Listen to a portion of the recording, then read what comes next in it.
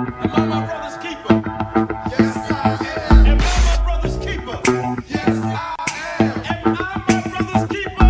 Yes, I am. Nino Brown Boxing, and I'm back in the building. Shout out to the LDBC. Don't forget to hit that like button and please subscribe. So today I want to talk about my post-fight reaction mixed with a little bit of the super welterweight division in its entirety. Julian Williams versus Ishe Smith happened last night. Julian Williams got the W. He got that unanimous decision over Ishe Smith. Some people will believe that this fight it could have went either way. Some thought it should be a draw. Me personally, I thought this fight, it should have been a draw. It was extremely close, but it is what it is. JRock got the nod, and, let's just keep moving forward with this guy's career. So it got me thinking of a previous video I made about JRock, and it was about JRock Lubin and Julian Williams being on the crash course. Now, you can see right now, JRock Lubin is currently the 12th ranked super welterweight in America and the 23rd ranked super welterweight in the world. Now, Julian Williams, he's already fought twice since his KO loss. Now, we need JRock Lubin to get back in the mix and see who is this guy going to fight next. So I'm looking at the rankings right now, and according to BoxRec, Julian Williams is the 4th ranked super welterweight, right behind Erislandy Lara at 1, Jermell Charlo at 2, Jarrett Hurd at 3, and then Julian Williams falls in at 4. Now, further down the list, I see JRock Lubin. He's number 12, and Ishe Smith just getting the loss to Julian Williams last night. He's at 11. Now, you got guys in the rankings above JRock Lubin like Willie Nelson that I think would be a great fight, but, I don't know, it's like this guy disappears off the face of the earth sometimes, or he comes back. Matter of fact, let me just check it out and see what's going on with him. Oh, yeah, Willie Nelson just fought in the 10th. I wasn't even aware that he got his TKO victory against this guy named Alexis Hilros. I never heard of this guy before. He's the 289th ranked super welterweight in the world, 51st ranked welterweight in America. This guy has 18 wins, 7 losses, 4 losses by KOs, and 2 draws. So I guess Willie Nelson is trying to make his comeback, which is great. I like the guy Willie Nelson a lot. So when it comes to this whole Julian Williams and JRock Lubin being on a crash course collision, I guess you can consider this a part 2 of my previous video. JRock's performance last night, for me, it further proves that these guys are definitely on a crash course collision. For the simple fact, JRock did not dominate Ishe Smith, a guy that's close to 40 years old with a good amount of losses on his record. I feel like if JRock was to face Jarrett Hurd, he would get stopped. I feel like he would get stopped against Jermell Charlo, and Erislandy Lara. Erislandy Lara would outbox him. He would box his brains off, or he would possibly stop him as well. I think a good fight for JRock would be an Austin Trout fight.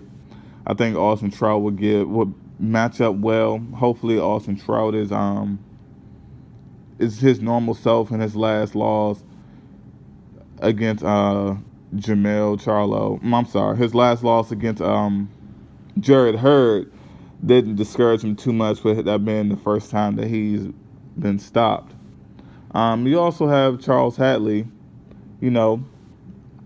Charles Hadley floating around there in the division. I think matching JRock Lubin up with a guy like Charles Hadley, both of them coming off knockout losses, and both of them losing to Jermell Charlo, I think it would be a wonderful fight.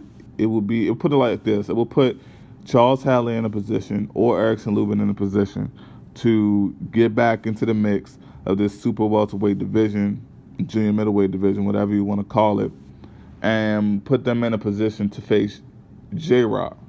Now, if I was JRock Lubin, I really like the kid. He needs to jump on either like a quick 10-round fight with somebody extreme, like low in the rankings, and then potentially fight 7th ranked Charles Hadley, and then go out to JRock ranked at number 4. If Lubin can get a 10-rounder with some low-ranked guy coming off his first-round knockout loss, He gets in the ring with Charles Hadley. He can beat Charles Hadley. You know, if he could stop Charles Hadley and then fight JRock, I think the fight with him and JRock will go great on someone's undercard this upcoming summer. I don't know how fast Erickson Lubin's team plan on bringing him back into the mix, but a fight with Charles Hadley and then the next fight against Julian Williams would definitely put this guy back on the map in this division. Now, assuming that no one leaves out of the division, even though I believe Jermell Charlo or Jared Hurd within the next 2 years or so, they possibly may move up to middleweight. These guys are just big for the division. It'll definitely put Erickson Lubin in a position where he can catch a title at 154. Now, that's assuming that none of the heavy hitters at 147 actually move up to 154, but that's a whole nother story. But I keep saying that JRock and Erickson Lubin are on a crash course. Like a lot of people, I read different comments, I've seen different videos saying that they thought JRock lost that fight. Some people said it was a robbery. I wouldn't consider it a robbery at all. Like I said, I believe that it should have been a draw, but it is what it is. But that type of performance against Ishe Smith further proves that Julian Williams and Erickson Lubin are a great matchup. These two are on a crash course, and I believe right now at this point, I believe Erickson Lubin has to go through JRock to be seriously considered as a super welterweight division. And if Erickson Lubin can, fight a lower ranked guy, get his confidence back, beat Charles Hadley, that will put him in a position where Julian Williams needs Erickson Lubin to be seriously considered in this division. Beating Ishe Smith is not going to put you into serious title consideration against a Jared Hurd, a Jermell Charlo, or Arslan Delora. It's just not going to happen. So at this point, these guys should be on a crash course. Hopefully, Lubin has a fight coming up soon. Checking out his box rec. There's nothing up here at all. They just show his last loss to Jermell Charlo. But hopefully, it's something being made up. Hopefully, Erickson Lubin is put in a position to fight somebody this in the lower rankings. Erickson is he's number 12. So any one of these guys, Justin DeLoach at 19, Courtney Pennington at 18, Patrick Day. I don't know who these guys are, but he can even fight Carson Jones. I know who Carson Jones is. So he can fight a Carson Jones. And he just have to make some moves to put himself back into contention, but he just has to get active, got to put himself back in the ring.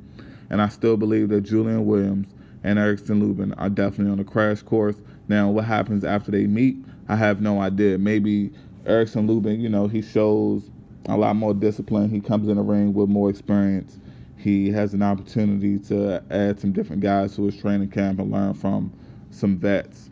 But if I was him, I would reach out to some of the more recent retired fighters if they have time. Example being Andre Ward. If I definitely had the opportunity to learn from Ward, I would take advantage of that. But Erickson Lubin, I like the kid a lot. I still believe him and JRock on a crash course. We'll see what happens. It's Nino Brown Boxing. Shout out to the LDBC. Don't forget to hit that like button and subscribe. Peace.